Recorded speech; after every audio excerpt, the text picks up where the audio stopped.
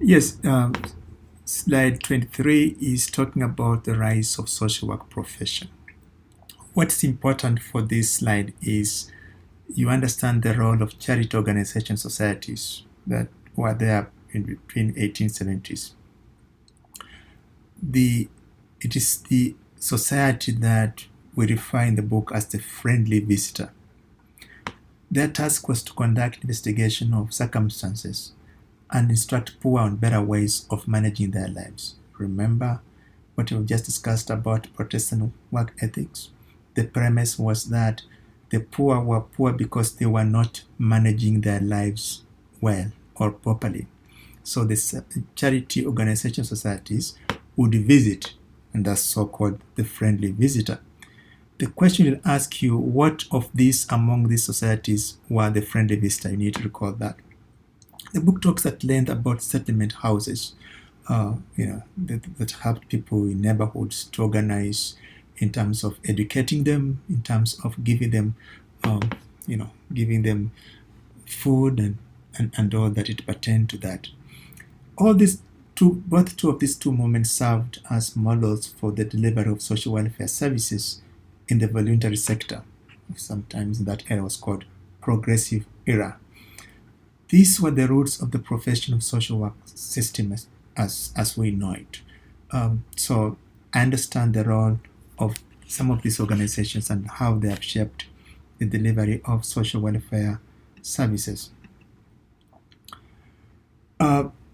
Religion and the welfare state, the fundamentalist controversy, the book talks about it and its aftermath. The Great Depression and the New Deal. The Great Depression was the worst downturn depression ever in the history of industrialized world. From that moment, which was between 1929 and 1939, when was the Great Depression, we start having the New Deal.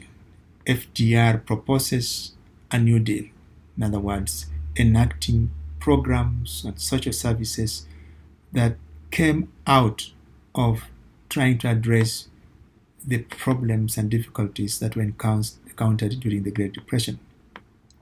That's the time that we have patterns of religious change, the new media system, the New Deal that was proposed by FDR did not include a national healthcare program for the aged. That's a recall question.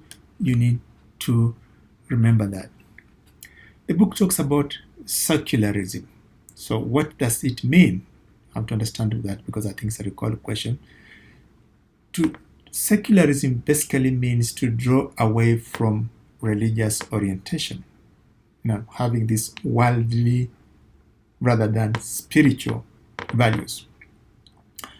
And how did that come about?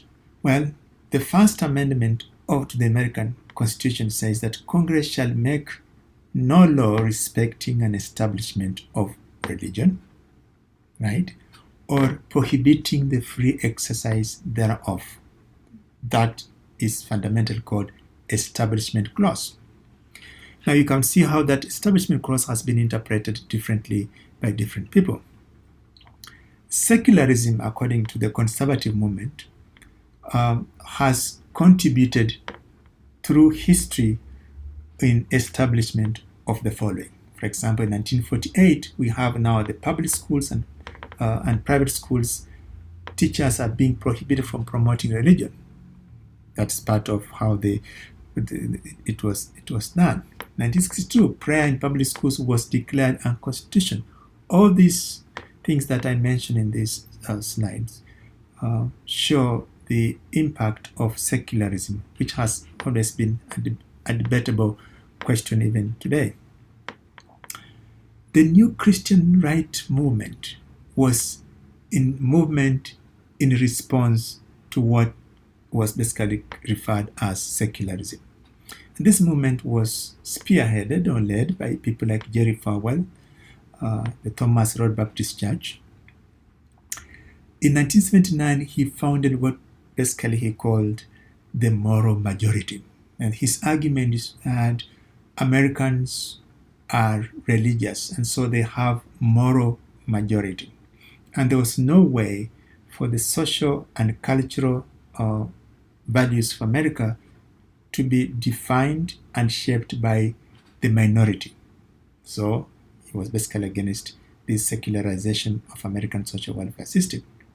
And what did he do? He supported prayer in school, teaching of creationism.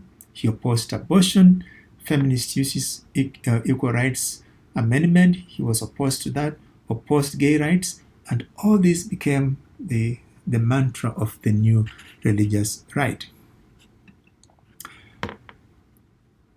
So read about the Christian right movement. I think is very clear in your book.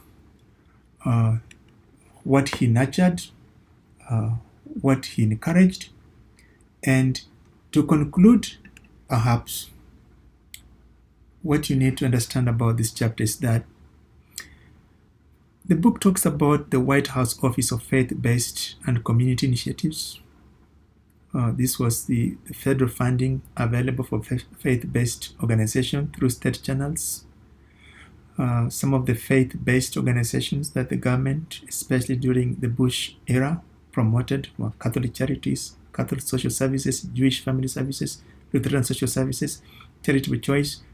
Remember, all these formation of how charity should be given go back again into the Judeo-Christian tradition, the Elizabethan laws, which is that social welfare should not be a responsibility of the nation state.